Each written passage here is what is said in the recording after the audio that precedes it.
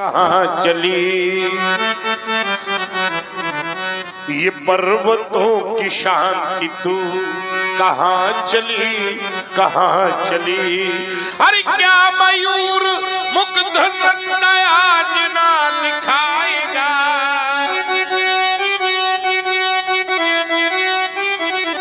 क्या किसी कमल में अब भ्रमर न गुनगुनाएगा, कौन सा ये सप्त चीत्कार कर चला गया।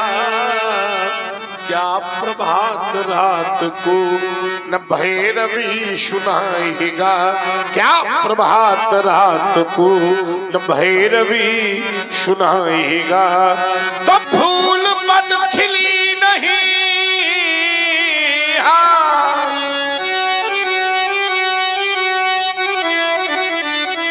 फूल बन खिली नहीं है आज क्यों कली कली। कहाँ चली, कहाँ चली, ये पर्वतों की शांति तू कहाँ चली। ऐसा क्यों लग रहा है कि जैसे प्रलय होने वाली है। नहीं नहीं, याद आया प्रलय काल अभी नहीं हो सकता, क्योंकि ब्रह्मा जी के एक दिन में 14 मनवंतर होते हैं। एक मनवंतर में लगभग 71 बार ये चतुर्युग बीत जाता है। अभी उस हिसाब से ब्रह्मा जी का दूसरा प्रहर यानी सातवां वैवस्वत नाम का मनवंतर चल रहा है, प्रलय नहीं है। फिर ऐसा क्यों लगता है। ये शिला से कर सर की जाती,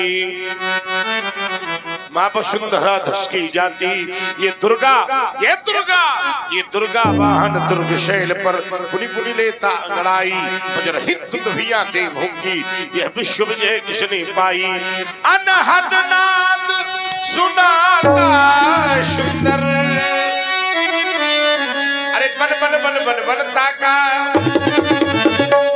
वीर प्रशमनी वसुंधरा में जन्मा कौन वीर माँ का, क्यों भंग हो गया युग मेरा। बोलो भोलेनाथ। अगर प्रलय नहीं है तो क्या अधर्म इतना बलिष्ठ हो गया कि उसने धर्म को अपने कदमों पर रौदना शुरू कर दिया। आखिर हुआ क्या है। आ रहा हूं आपकी शरण पर, याद कराइए भोलेनाथ। ओ हो गया है दीगर कोई बात नहीं, अजगत तोड़ानी आइयों ने है कहीं कोई उत्पात नहीं। सावधान शील ध्वज, आज मिथिला के खंड खंड भूखंड में पुरस्कार नर्तन होगा, आज मृत्यु का वाहन होगा। मिथिला में रणचंडी बनकर नाचेगी मृत्यु। सावधान सावधान सावधान। हाँ शोक शोक, हाँ महाशोक। गुरुद्रोही कौन हुआ पैदा, भृगुवर से बढ़कर बलशाली, वसुधा में कौन हुआ पैदा। बीत गए लाखों अनेक युग, आया नहीं शूर सामने में, आ गया काल अब उसका है, ले लिया परश। आश्रम के देवी देवताओं, आश्रम की रक्षा करना, वन देवियों वन की रक्षा करना। और आश्रम में इस समय जितने भी शंकर जी के भक्त बैठे, जो दिखाई दे रहे हैं नहीं भी दिखाई दे रहे हैं, सूक्ष्म रूप में भी हैं, प्रकृति ने भी कुछ को ढक रखा है। तो जितने लोग यहाँ दृश्यमान हो रहे हैं और जो बचे हैं वो असली वाले बचे। इतनी विषम परिस्थिति में भी जो बैठे हैं तो भगवान के सच्चे भक्त हैं। तो एक बार जितने भी भक्त यहाँ उपस्थित हैं, दोनों हाथ उठा करके बड़े प्रेम से जय घोष करिए, बोलिए शंकर भगवान की।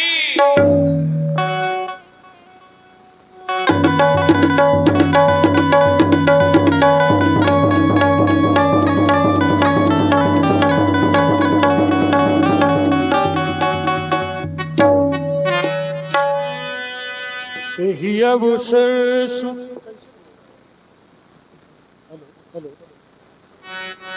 शिवधनु भंगा आयऊ भृगुकुल, कमल पतंग देखत भृगुपति बेश कराला, उठे सकल भय विकल भुआला। पितु समेत कही कही निज नामा, लगे करन सब दंड प्रणाम। महादेव वाजा पे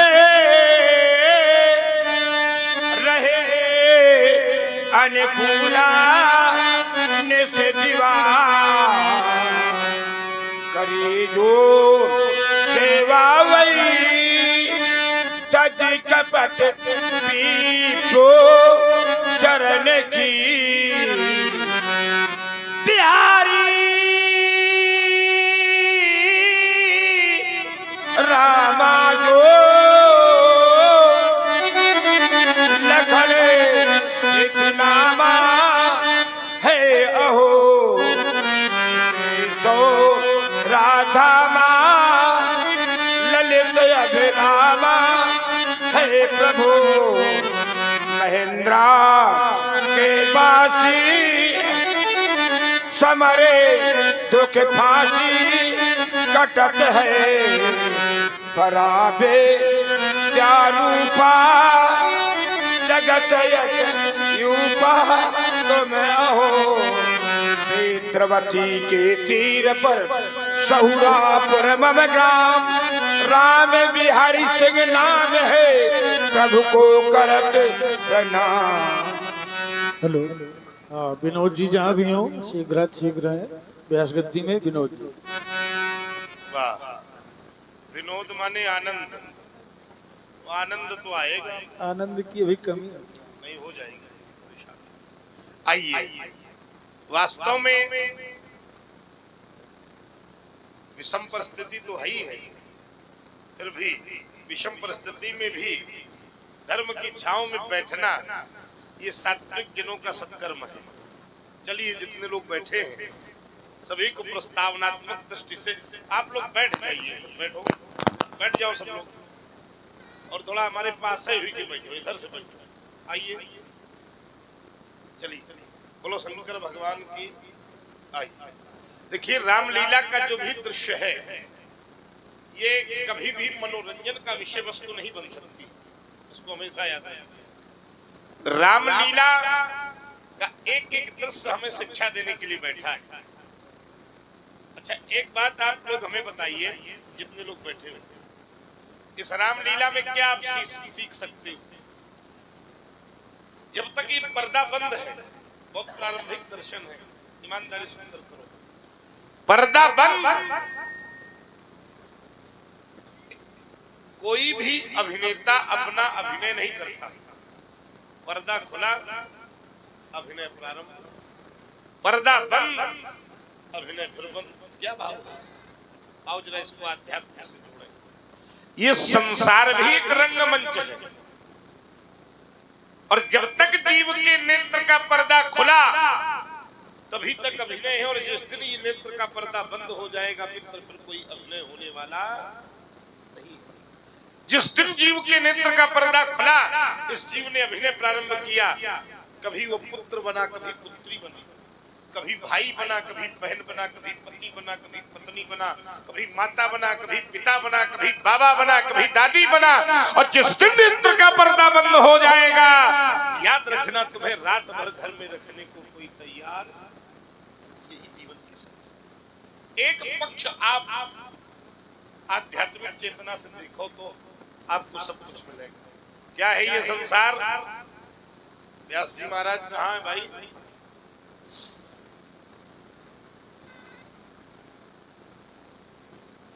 प्रस्तुति दे रहा हूं आपको।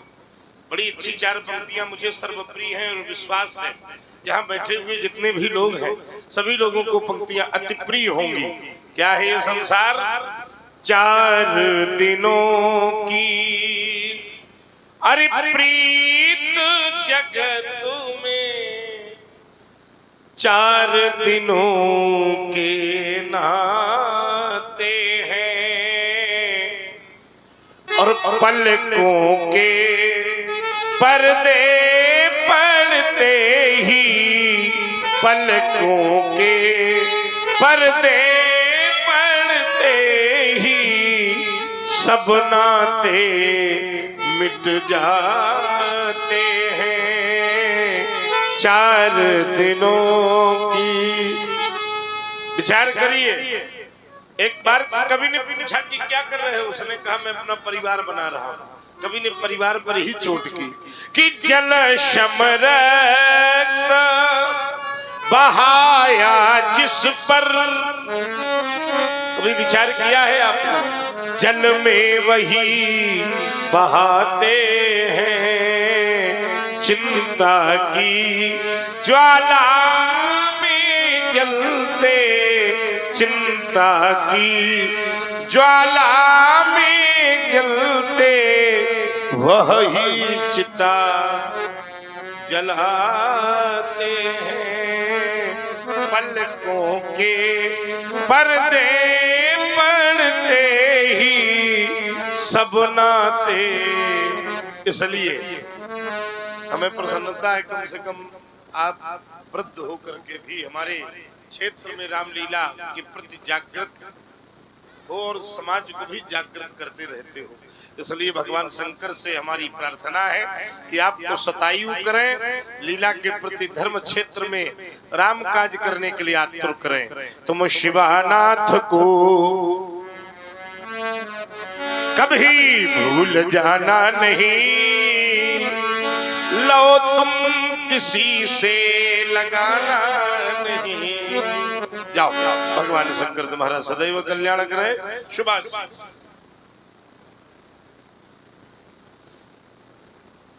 बोलो।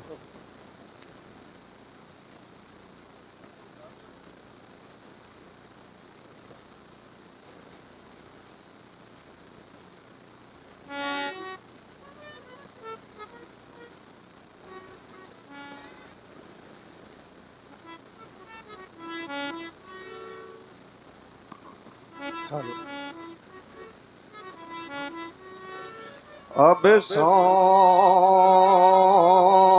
दिया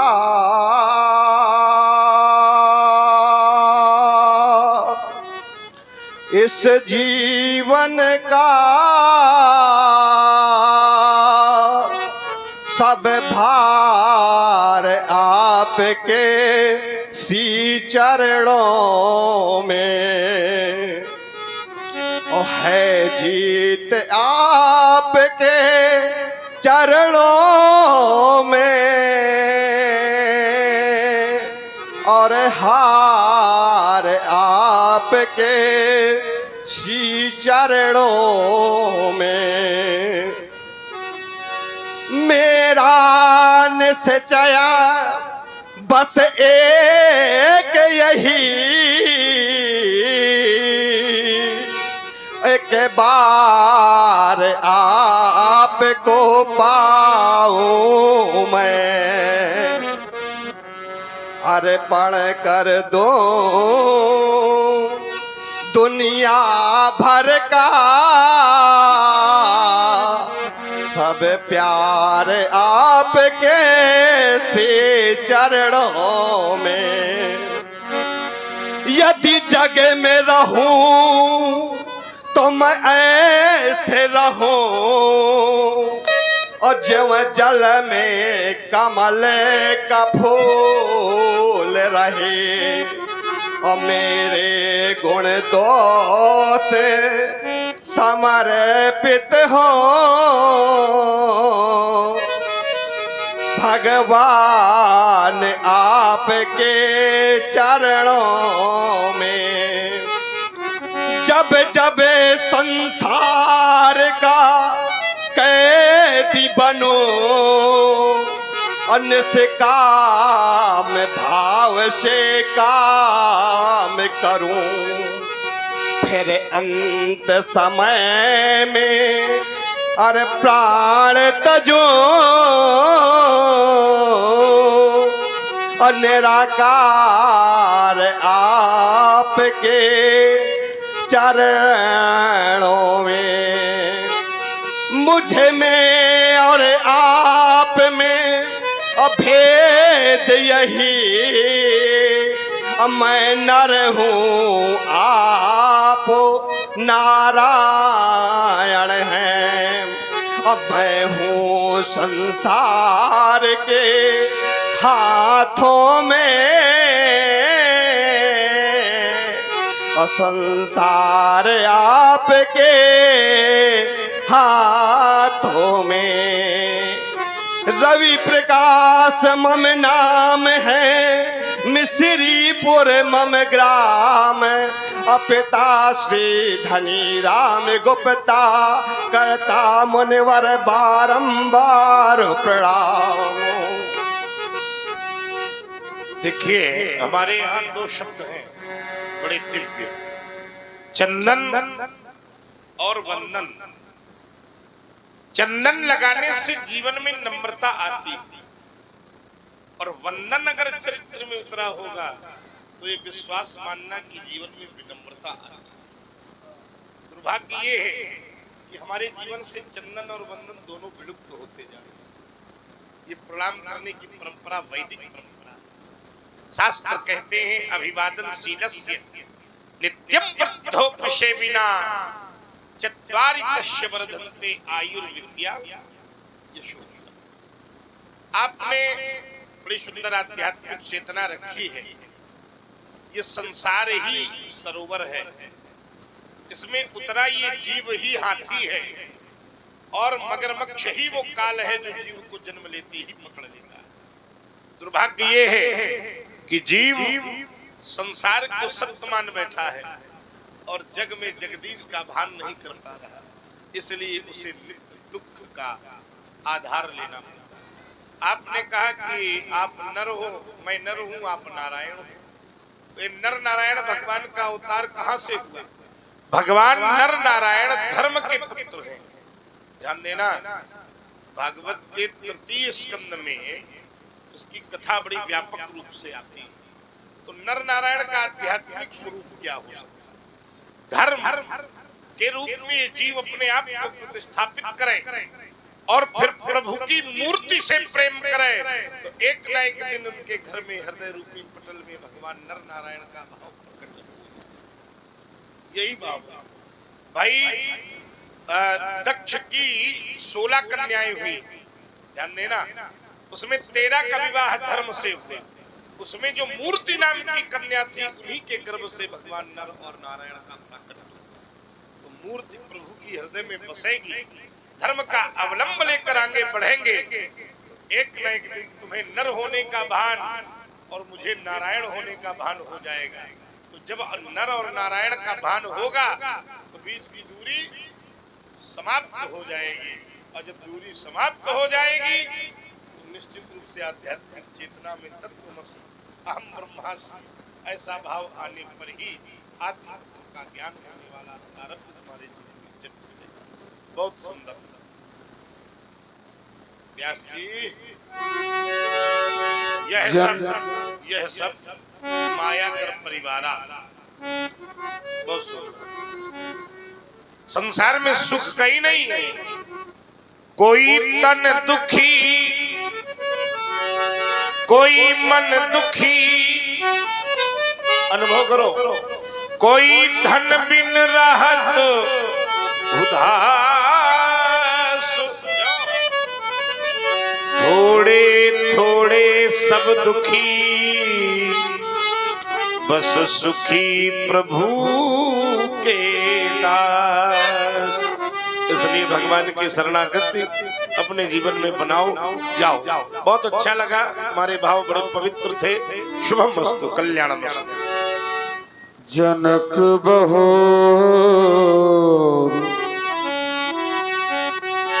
आए सिरनावा, स्वप्न मन के अधूरे थे पूरे हुए, स्वप्न मन के अधूरे थे पूरे हुए। अब क्या चाहिए? कल्पना को भला और क्या चाहिए। वाह। भक्ति के द्वार पर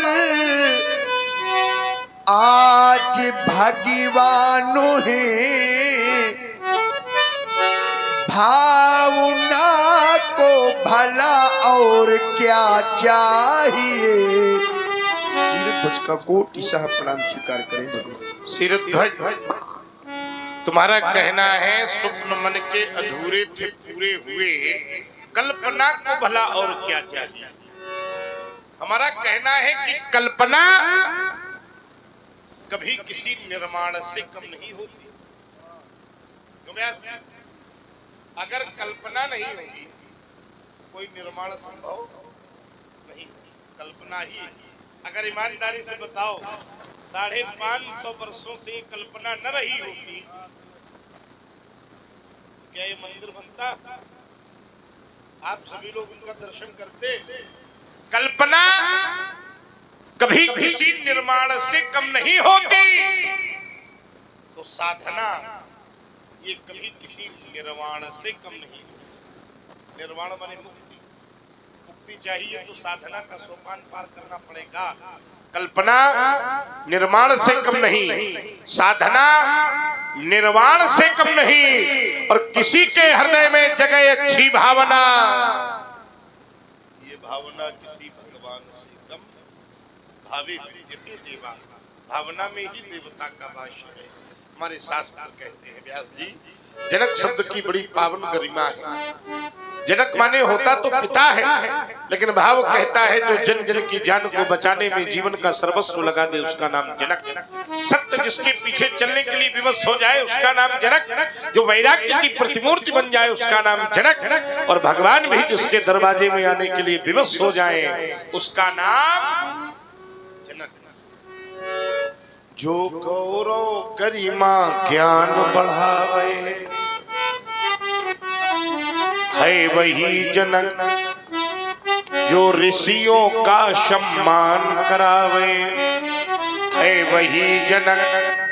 इतना ही नहीं, जो धरती से कन्या उपजावे है वही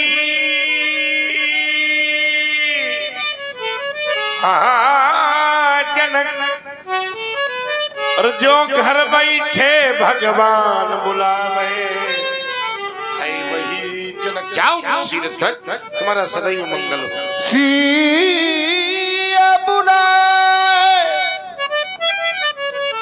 प्रणाम करावा।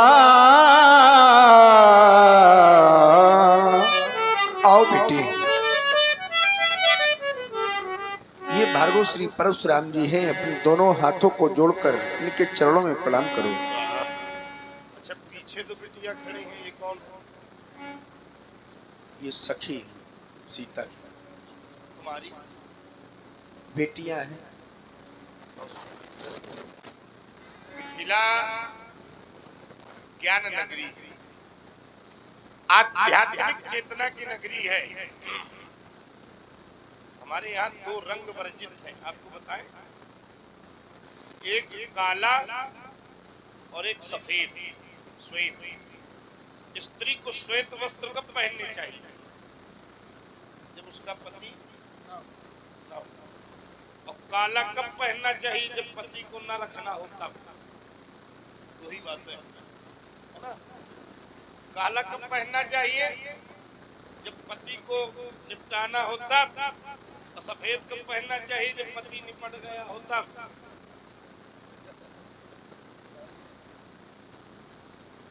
और हमें आज मिथिला में कालिका दिख रही है।